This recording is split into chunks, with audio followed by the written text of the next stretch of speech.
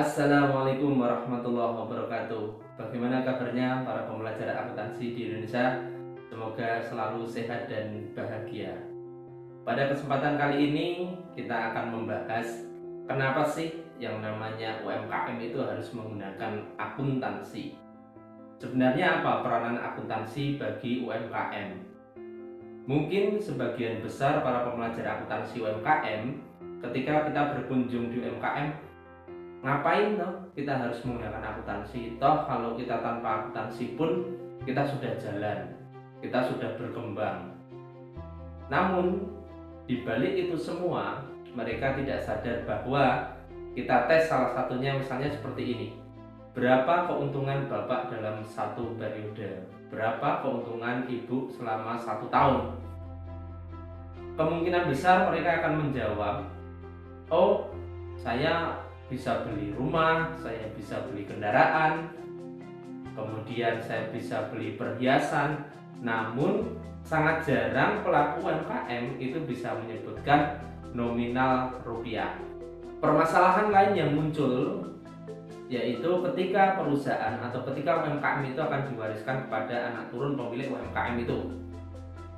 Karena tidak adanya pencatatan, maka ketika berpindah tangan itu pemilik yang baru tidak mengetahui seberapa besar kekayaannya, seberapa besar utangnya kalau ada, dan modalnya dari mana saja. Itu tidak tahu ketika tidak menggunakan akuntansi. Disinilah peranan akuntansi sangat penting bagi UMKM. Beberapa peranan akuntansi bagi UMKM yaitu yang pertama, bisa kita lihat, akuntansi itu bisa digunakan untuk menilai kinerja keuangan perusahaan. Dengan akuntansi itu kan kita bisa menghasilkan yang namanya laporan laba rugi, yang di dalamnya itu mengandung informasi terkait dengan laba atau rugi yang didapatkan oleh UMKM. Kalau misalnya di dalam laporan laba rugi tersebut perusahaan memperoleh laba, maka UMKM itu bisa mempertahankan, bahkan nanti bisa meningkatkan dan mengembangkan UMKM. Tapi kalau informasinya itu menyajikan informasi kerugian bagi UMKM, maka UMKM bisa segera mengevaluasi kenapa perusahaan saya rugi. Itulah peranan yang pertama. Kemudian peranan yang kedua masih terkait dengan laporan laba rugi.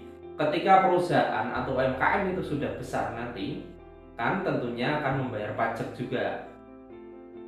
Apalagi kalau sudah berbadan hukum.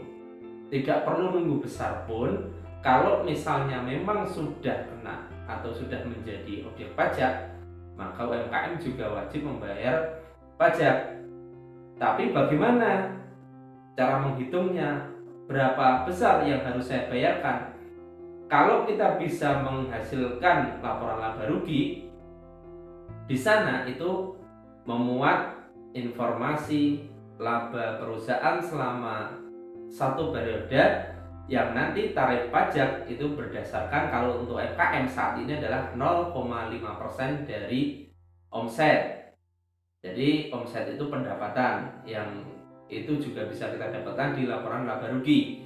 Tapi nanti kalau sudah besar, omsetnya di atas 4,8 miliar, maka nanti dikenakan tarif khusus, misalnya 10% dari laba bersih, 5% dari laba bersih, 20%, dan selanjutnya. Dengan demikian kita tahu persis bahwa kalau kita mendapatkan keuntungan sebesar rupiah tertentu, maka besarnya pajak yang akan kita bayarkan kita sudah bisa menghitungnya. Yang selanjutnya atau yang ketiga yaitu kita bisa mengetahui perubahan modal atau perubahan ekuitas di UMKM. Ingat, yang namanya ekuitas itu tidak hanya modal saja, tapi juga ada laba ditahan. Sehingga apa?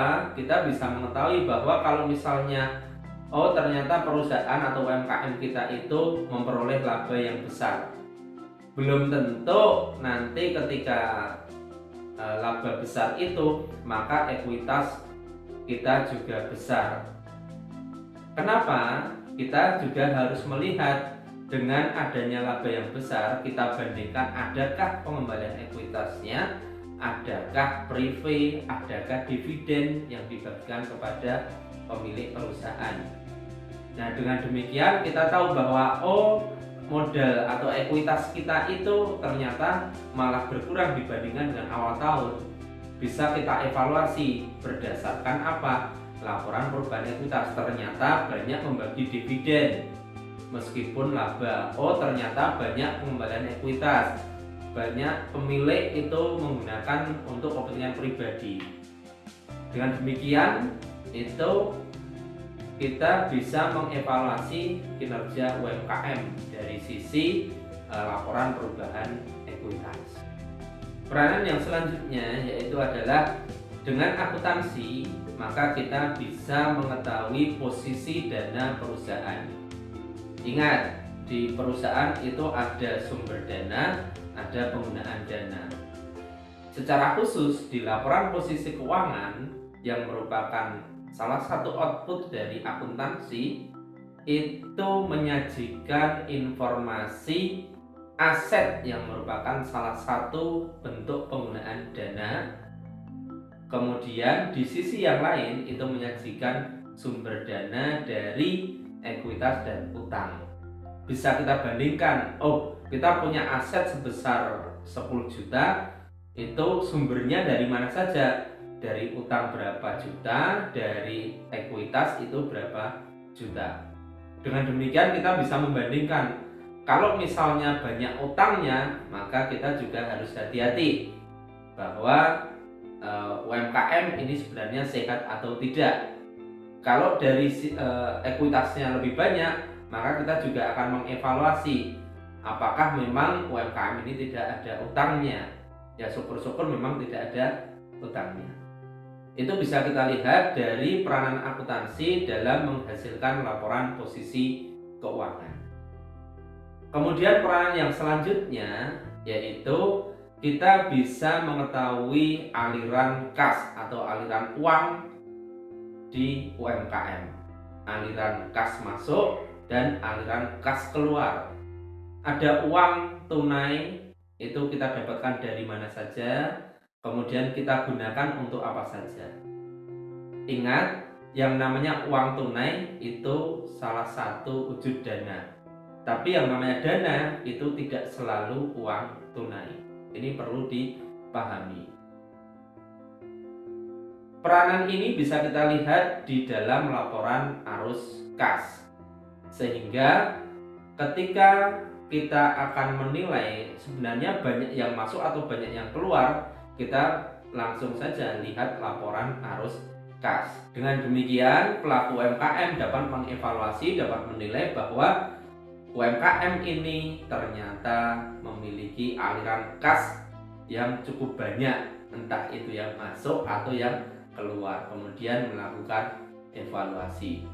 Dengan adanya laporan keuangan tersebut, kinerja keuangan perusahaan secara umum itu sudah tergambarkan dan ada dokumentasinya, sehingga nanti jika akan dialihkan maka tidak perlu repot lagi membuat dari awal dan tinggal melanjutkan. Dan kita bisa mengevaluasi sebenarnya posisi perusahaan itu ada di mana, kondisi keuangan perusahaan itu seperti apa.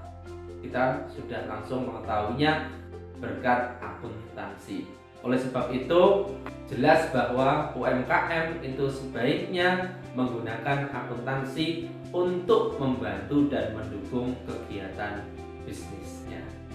Sekian, semoga bermanfaat. Sampai jumpa di lain kesempatan. Assalamualaikum warahmatullahi wabarakatuh.